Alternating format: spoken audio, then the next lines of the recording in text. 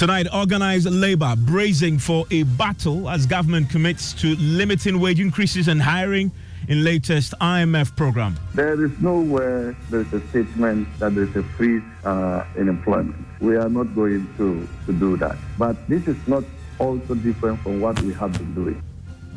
We hear from Labour as they schedule an emergency meeting for Wednesday.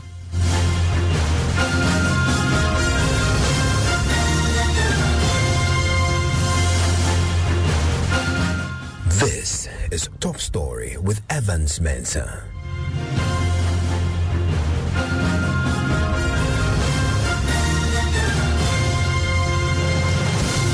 And Top Story is always brought to you by Vodafone. Tonight, labour unions are bracing for a battle with government following government's commitment to limit wage increases and hiring as part of the deal to secure the IMF $3 billion bailout as part of plans to ensure a balance between burden sharing, productivity and capacity to pay public sector salaries. According to government, it is undertaking what it describes as wage moderation to achieve the target of saving 0.5% of GDP.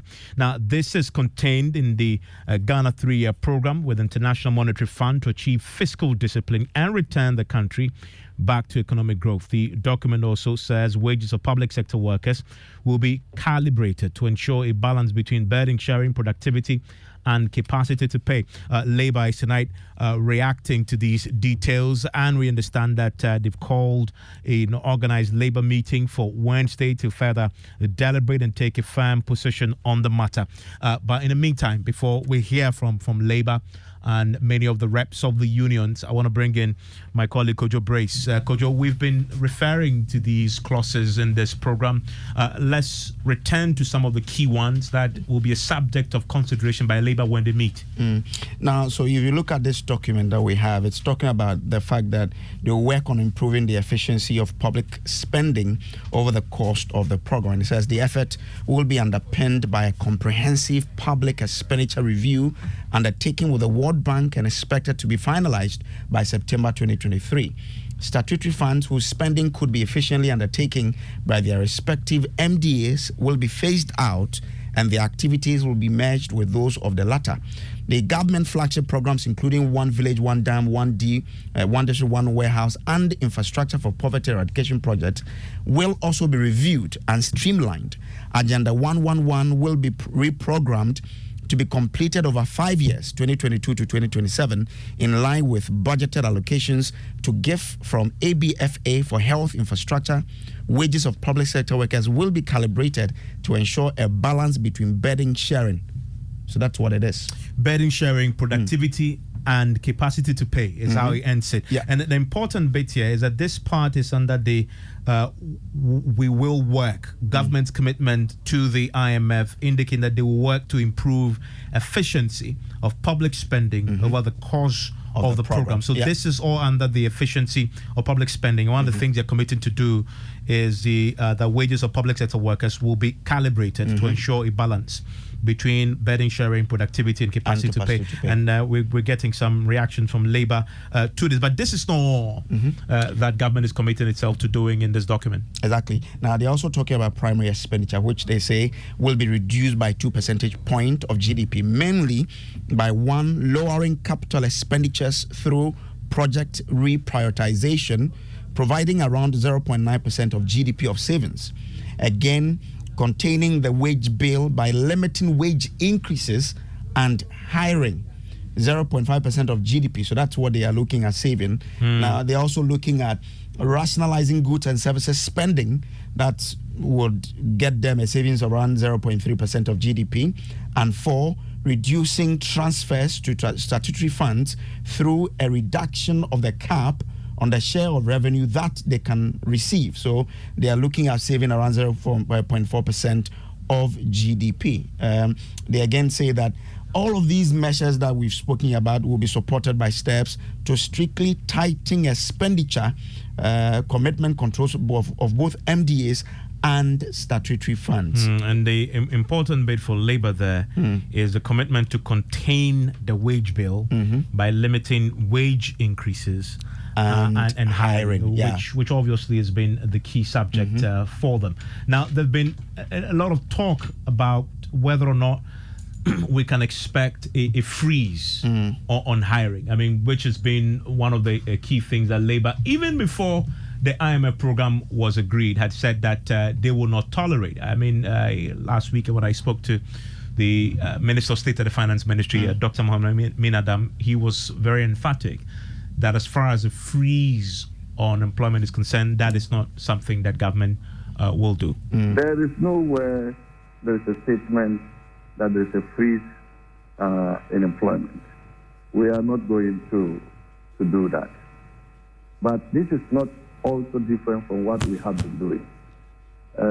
For the past 2 years, recruitment in the government side have focused on the security agencies and the teachers and then also nurses, etc., etc.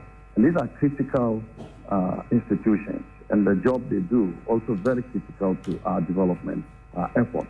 And you know that the recruitments are backed by financial clearance. That is when government is able to finance their wages, then the clearance is given.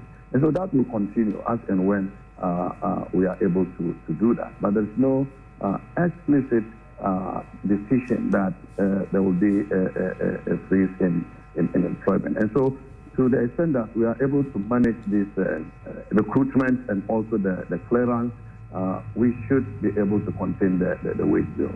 Also, if you monitor over the last 2 years, recruitments into these sectors that I mentioned have been massive, have been unprecedented. Whether you are talking about security agencies or you are talking about the health professionals and nurses and teachers, more than 2 million people have been recruited into these areas. And therefore, even if you are not able to recruit sooner, you should have the numbers that will be able to support these institutions.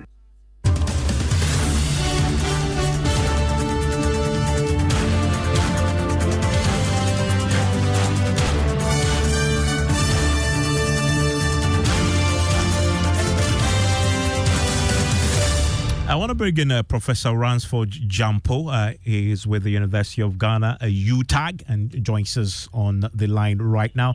Hello, Prof. Thanks for your time here on Top Story. Hi, Evans. Thanks for having me. I mean, so the IMF program is finally here. We're reading the details in the program document.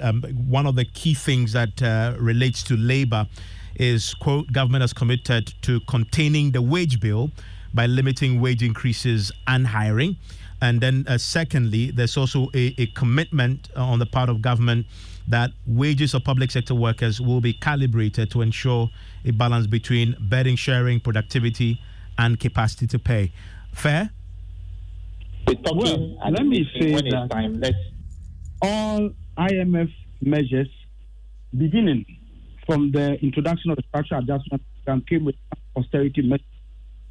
Now, the days of the structural adjustment program witnessed several social and political backlash that led to many attempted coups, which eventually kicked in the formation of structural adjustment participatory review, where the views of labor and identifiable groups were solicited to make the impact of the structural adjustment program more tolerable.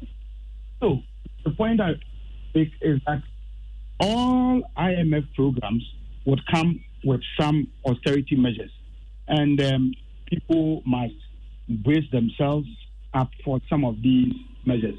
But we expect austerity measures that will be shared, not the ones that are likely to heap or shift burden on poor labor and then allow other appointees, other officials of state, allow them to be freed.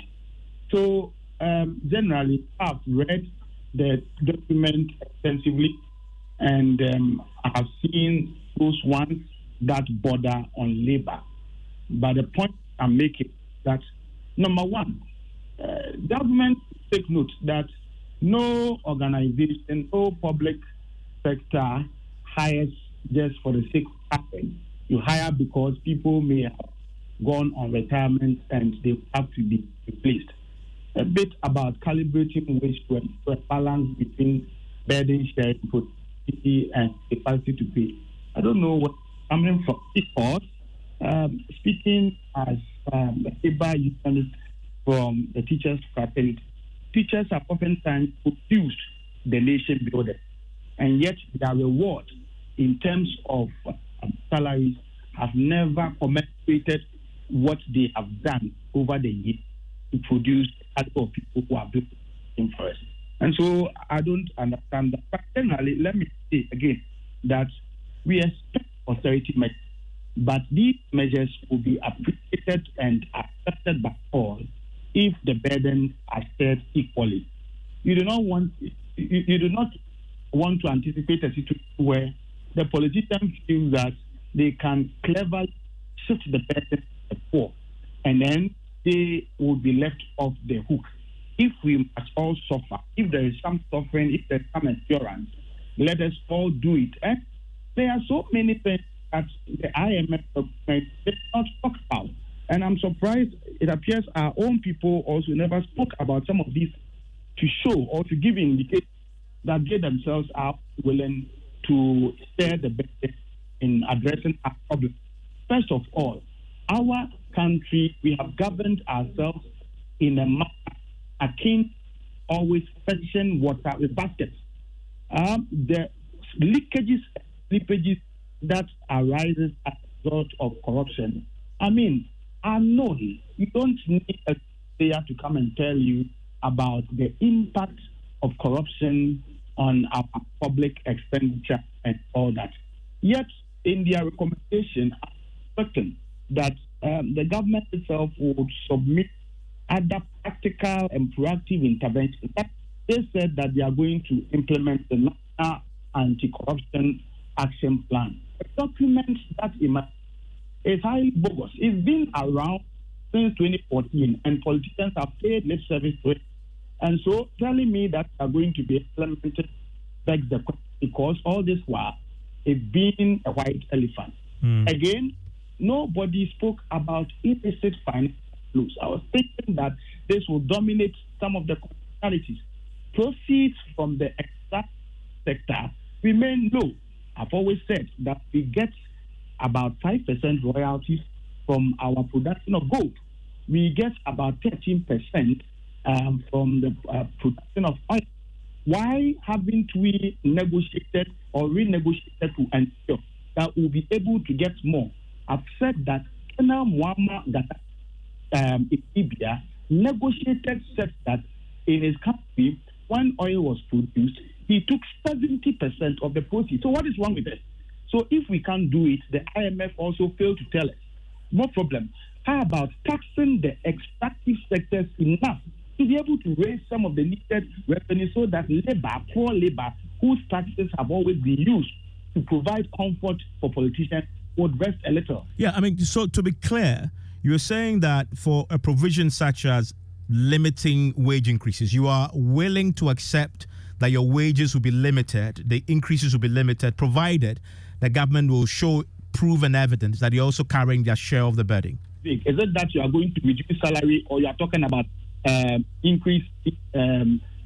increase freeze? Because we've had agreements with governments that have been signed that would require that this year some salaries will be adjusted. And so what happens to those agreements? The other bit I want to talk about is that it's so disappointing that the IMF, staffed by officials whose countries are run by small-sized governments, either could not tell us or they failed to tell us that we should respond or respect the call, local and international call on us that side. They didn't tell us. And in my view, if some of these things are done, they would point to palpable demonstration of sacrifice on the part of that, such that if you call on labor to also sacrifice, then we may rethink our position. But when there is no sacrifice, the government will not be allowed to go scot-free to tell us to tighten our belts, whilst it would eat with its officials and loosen their belts.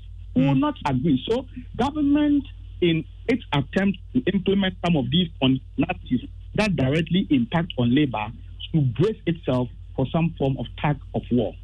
Prof, please stay with me. Let me bring in Austin Game. He's a labor consultant, has been there in government himself as a employment minister at the time, many of the occasions that we've been to the IMF, and he joins us now with his thoughts on this. Mr. Game, thanks for your time. We just heard there Professor Jampo UTAG, UG, make the point that government should brace itself for a tug of war over some of the provisions in this program that limiting wages, but also calibrating the salaries of workers based on capacity to pay, burden sharing, and other key indicators. This was anticipated. We've been through this process before, but if you look at this the wording of the documents that we are currently reading and understanding, do you see any departure from what has been the norm in the last 16 programs we've been? And I know you've been there working, helping labor navigate this process. Yeah, thank you. I think that is, truly speaking, is a burdensome document that have been produced, highly burdensome. But it's surmountable depending on the quality of the conversation between labor and management. Obviously, when you come to macroeconomic conditions, they are controlled strictly by government. And because of this particular aspect of it, because of the very minute sharing of information with labor in particular, maybe left this gap. Taxes and levies are controlled strictly by government through parliament by any means, as we all know. Forest management is in the hands of government. Inflation is controlled by government. Cost of living generally by government. General business environment by government. Now, government has the authority to employ or not to employ. What they should have done from a professional point of view is to engage labor at a tripartite meeting. Fortunately, we have a very conducive labor law under Section 113 of the Labor Act. They're supposed to call a meeting at tripartite level where it is not about take it or leave it situation. It's about having conversation of the importance of the economy, reference to burden sharing and related matters, so that all of us will be on the same common beach. Are you suggesting the government, just to clarify, are you suggesting the government should have presented this to Labour for a discussion and agreement before presenting to the IMF? Of course. That was exactly what happened in 2015 at Ho, and eventually at Senchi. I recall I saw you there, and eventually we went to Takoradi for a feedback. So it's about the people. It's about people. It's not about government. It's about people. It's about stakeholders. And so we are talking about managing people professionally. Even if you are in a partisan political office, you still have to work professionally. That is how it's supposed to be. Because this thing is totally in the hands of government, they should have called a national tripartite meeting and share information as under Section 97 and keep open the channels of communication with labor. They didn't do it well.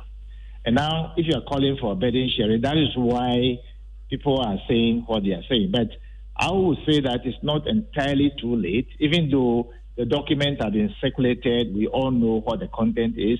Yet, those things that are within the control of government, for instance, there is a way to do tax burden sharing in a certain way. Regardless of the IMF kind of conditionalities, there is still a way. If you are going to be increasing utilities every quarter, who can bear it without adjustments? At least government working people. But we all do know that government itself do not have the funds in totality, but that is the condition in which we find ourselves. So they must have a meeting as quickly as possible with labor, and labor must go there with the intent representing people. That is what it is. Let me ask you about the importance of the national economy. Let me ask you if you can give some brief clarity on this clause, which Professor Jampo, of course, raised questions about, because it lacks a bit of clarity in terms of how do you measure the elements that is being used now to calibrate salaries. It says, for example, government has committed now and that it will negotiate public sector wages in a manner to ensure balance between burden sharing, productivity, and capacity to pay. I mean, from where you say there's an expert in this area, when you read that clause, how do you interpret it? That's why Section 97 of the Labour Act comes into prominence. You have to share that information with labor without hindrance. That was exactly what happened in 2015. Even they shared information to the extent that even grants, total grants of the country was shared totally by the Mahama administration.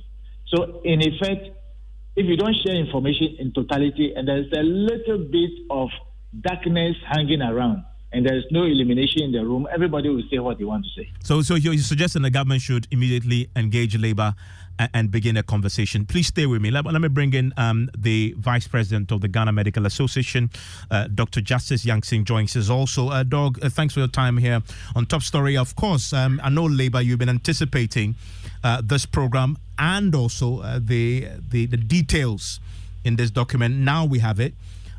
Pretty sure you've been perusing it. What's the position, if you've adopted one, from the GMA on some of the key elements that will affect your members going forward? Well, Ivan, so let me put it this way. For us at the GMA, we have not released any official position on this, largely because we think that a chunk of the provisions that affect labor will require that we have some engagement with the employer or the state for that matter for some clarity to be brought on some of these issues. And as Mr. Osingame Riley said, there is a need for all of us as social partners to engage and make sure that we work at this in a manner that labor will not be disadvantaged. That is very key, because any position that would disadvantage labor and unduly overburden us definitely will not be acceptable by labor in its entirety. So the issue of engagement to strategize and plan the way forward is really important. And that will also mean that there should be full disclosure on some of the actions that government intends to take. Thankfully, I heard Minister of State at the Finance Ministry say that, well, issues relating to job cuts and non-employment and what have you will not be acceptable to the government of the day. We hope that that in itself becomes the position, because for a sensitive area like health, we don't think that issues relating to, say, job cuts or non-employment of, say, doctors should be on the table, because our healthcare system is actually not robust enough to support the state of affairs as it is now, and we need more hands. Talking about what you just mentioned, specifically, the document says there will be a commitment to contain the wage bill by limiting wage increases and hiring. So there'll be a limit on hiring. Are you suggesting that whatever limit there is should not affect the health sector? Well, I mean, history is there to guide us. Look, you can check all the previous IMF engagements and structural programs that we have signed on to. Even look at just the last one before we got into this. A key area like health was totally exempted. There was supposed to be a net freeze on employment generally, i.e., only those exiting are the ones to be replaced. But that clause did not even apply to the health sector, looking at the very fragile nature of our health system and the fact that we are highly under-resourced when it comes to the professionals who have to deliver the service. So clearly, the precedents are there. Our, position as a country in terms of how good the numbers are when it comes to doctor-patient ratio, nurse-patient ratio, and all that. We haven't even gotten to the basic minimum as set up by the WHO. So clearly, the health sector is vital. Of course, what is more important than health? And as they say, the health of a nation is the wealth of that nation. If the people of within the state are not healthy, who will even work to ensure that there's productivity and what have you? So what for us is clear is that irrespective of the limitations that will be brought to bear, health as an essential service should not suffer that fate. And especially when it comes to recruitment of doctors, we don't think that there should be any freeze or any, in quotes, restriction in whatever form, because what we have on the ground is not adequate. Mind you, health professionals, especially doctors, it takes a long time to train and get them to a certain level. Meanwhile, there's competition from outside of our shores because people are recruiting day in, day out. If you decide not to employ, you open the floodgates for people to just immigrate out of the country, and that will even worsen our plight as a country when it comes to healthcare delivery. So the health sector, as far as we are concerned, will not or should not be touched in any form by any structural arrangement that will come to bear when it comes to employment. Individual labor unions, have they been given the opportunity and right to consult and take individual positions, or organized labor is going to adopt a collective position on this program? Well, I know organized labor is going to have its own engagement on the state of affairs.